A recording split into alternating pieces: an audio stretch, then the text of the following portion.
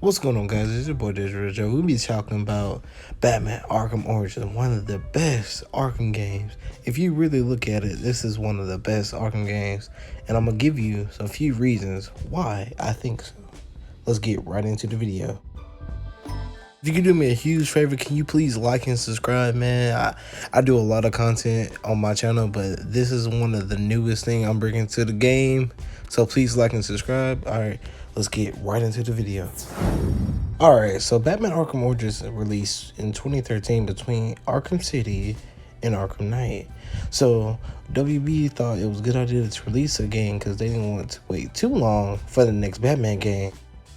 Batman Arkham Origins takes place 7 years before Arkham Asylum, and we're dealing with a younger Batman who has been doing crowdfunding for about 2 years now and still trying to figure out the ropes. But as you see as he's come on, you can see the bats are like so afraid of Bruce, and you can see that he's really ready for battle no matter what. And you can tell by the way he comes in, he's more angrier, more brass, more cold-hearted, more secluded. And I do like how they went for a younger Batman, because usually Arkham City, we got pretty mature Batman. Arkham Asylum, same way. So we really haven't seen a younger Bruce and the younger Batman. And how he's portrayed in this one sequence of him looking at the news, reading about it. Even the cops don't even know about him. That's how new he is. Because the cops are over here saying, there's no such thing as a Batman. So, and of course you got your boy Alfred. Alfred's here. You always got to show the dead parents. But I do like how the more you play, the more you really see how Bruce/Batman is acting towards, Alfred and other criminals. He's more meaner, more younger, more angrier. And you can tell by the way he comes in the scene, he really doesn't say much to Alfred or anything. And so when Alfred tries to talk to him, he just keeps going because he only trying to follow the mission, and that's it. One thing I really got to give credit to is WB really making Batman more brutal and really frightening, really, because you can tell he's very angry against, you can see it with him interrogating Killer Croc.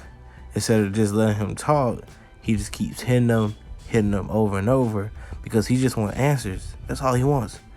And the thing is, you can tell that he just really all about the mission. And of course he doesn't kill, because Batman doesn't kill, but he just all about the missions. And he feel like he doesn't need anybody. He don't need anyone on his side. He just gonna finish his job and keep going because no one's gonna stop him. The one thing about this game that you really didn't get with the other ones is you have to take on assassins. You have to take on 8 assassins in 2 nights, 1 night. Christmas Day and Christmas Eve. You have Shiva, Firefly, Copperhead, Electrocutioner, Bane, Killer Croc, which you took on early in the game, and a few others. Deathstroke is the main one. Deathstroke is one of the coolest one in this group. But it's just crazy to see how all these guys that really wants to take on Batman and just do it for $50 million. So Batman has his hands full tonight, and he also has to worry about taking down Black Mask. So I felt like that part of the game was really the best part, because some of the fights in this game was amazing. Just some of them fall flat because I guess they didn't know what to do with the characters, but some of the fights was one of the best fights in the Arkham series, because Arkham City had okay boss, Arkham Knight had okay, but this one really drove home and brought one of the best boss fights of the entire franchise. I did want to say one of these quick things, and that is Batman had one of the most funniest interrogations in this game, and I thought this was pretty funny. But you can just tell how scared this dude is, because he's like, bro, I'm about to be drawn far as crowd, and I really don't want to die. And like Batman just, you can, in the imagery of Batman just being into a full snowy moon area, and he just said, you know what, I'm gonna drop these dude and hope he lives. Because honestly, Batman didn't know he was gonna survive it or not. I just thought this was funny. One of the best boss fights took on Penguin's ship, and this is where your boy Deathstroke steps in while Batman is interrogating Penguin about what's going on with Black Mass. And he's telling Penguin, I got a bounty on my head. Tell me where Black Mass is. And right before Penguin is able to tell Batman about what happened at the Lacey Towers, Batman's get interrupted by Deathstroke, which Deathstroke has probably the best. It's simple, but it can be hard if you counter too early or you counter too late. But it is one of the most notable and favorite parts of this game, especially if you're able to do it without getting hit. And especially if you're on hard mode, you don't have any notifications or indicators to let you know he's about to strike. That's probably one of the best highlights of this game. And I do kind of wish the Arkham series would take more from this and do more boss fights like this, because this is one of the best ones I have ever played. Batman finds out that when he logged into the criminal national database, that someone named the Joker has taken Black Mass hostage and has them at the bank. So Batman rushes over there to see what's going on. And one of the biggest things that people really didn't like is they really wanted Black Mass to actually be the villain of this game, but of course it turns out to be the Joker. And for the past how many games? I think it's 5 games. Batman Arkham Asylum, Batman Arkham City, Origins, Night. No, it's 4.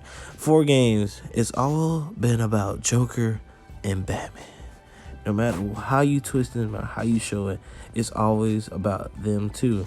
Their love-hate relationship, that they need each other, that one can't live without the other. And Joker always want to make Batman seem like they are the same. But in this part, Joker really doesn't care about Batman.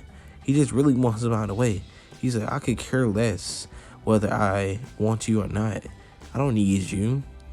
He's like, I just want to create chaos and just get you out my way. And at this moment, you kind of can see how they are trying to start something, because Joker sees something in Batman after he lives through the explosion. He's like, how the hell did he live through that? And this is the point where things change in this whole series. Now we get to the part where Batman has to save the Joker because Bane has shot a rocket and has blown Joker in the air. So Batman has to save him because Batman has his no kill rule. Like some people forget. I don't know why people forget that Batman does not kill, but some people feel like he does. Some people say he doesn't. Blah, blah, blah. From what I understand, Batman does not kill. He does not. Just stop.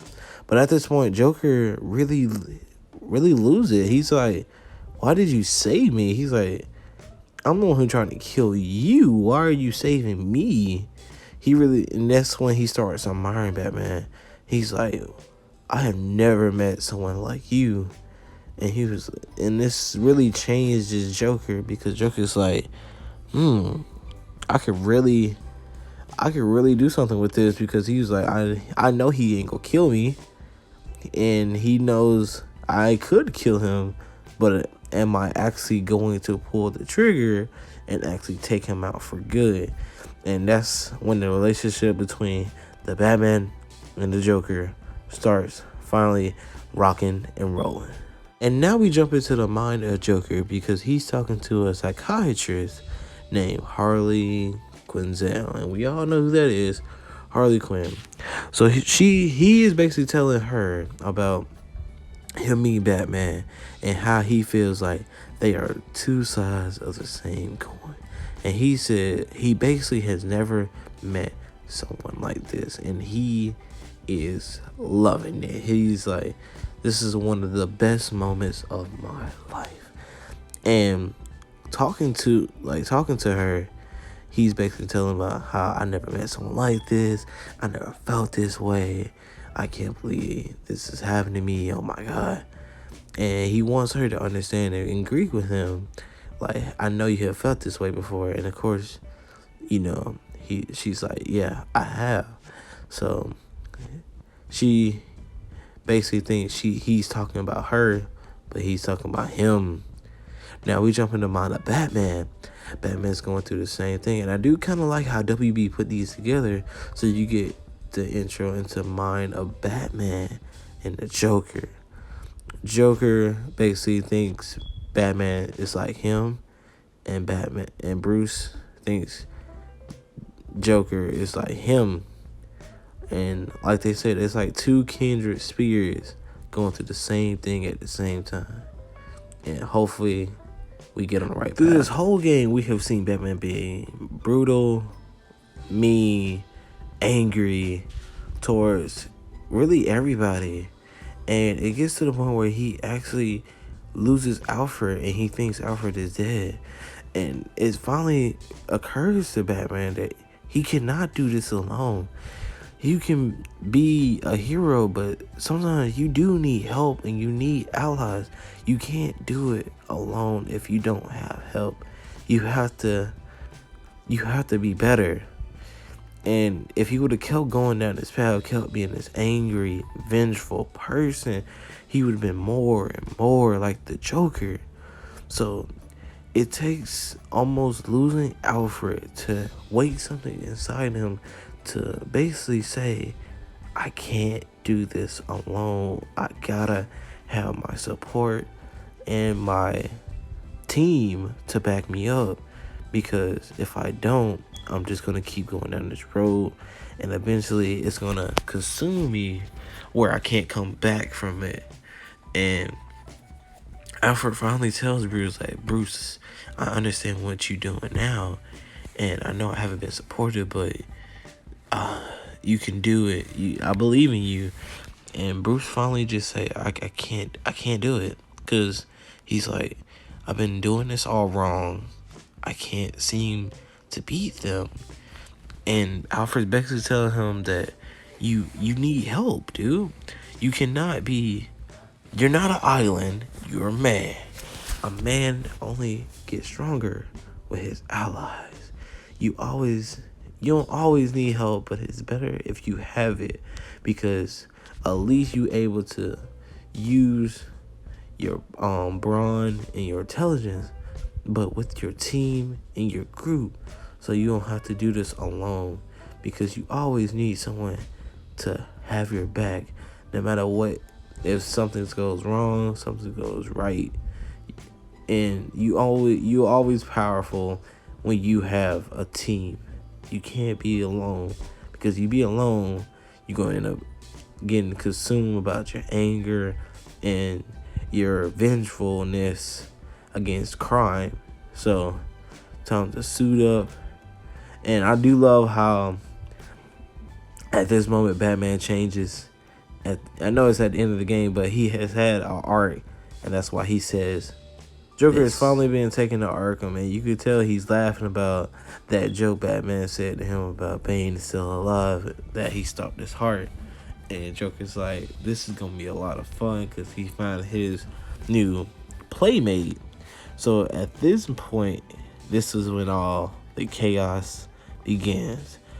Batman will be the protector of the city, and this is an era of a new hero and a new Batman. This is one of my favorite games, from between the story, the characters, and how it's portrayed. I can't stop playing this game, can't stop reviewing it, looking at it. This is one of my favorite games out of the whole series. That's why I have classified this one as best in the series. Yes, so the game has problems. Yes, the assassin's not really there. Yes, Joker's the bad guy. But the element of Batman having an arc at the end of the game where he finally realizes that he cannot do everything about himself, it really shows that they really took a care to this character to really show you how different he is in their universe. And I really respect that, because this is a really good game if you really play it and really try it out for yourself. And I really hope this game really get a remaster. I mean, you're able to play on Xbox Game Xbox game backwards compatibility, but we really need a full next gen upgrade of this game, because this is one of the greatest games that has released that is locked on the last. Thank you guys for watching. I hope to see you guys in the next video. Please like and subscribe. This has been your boy Retro. Peace.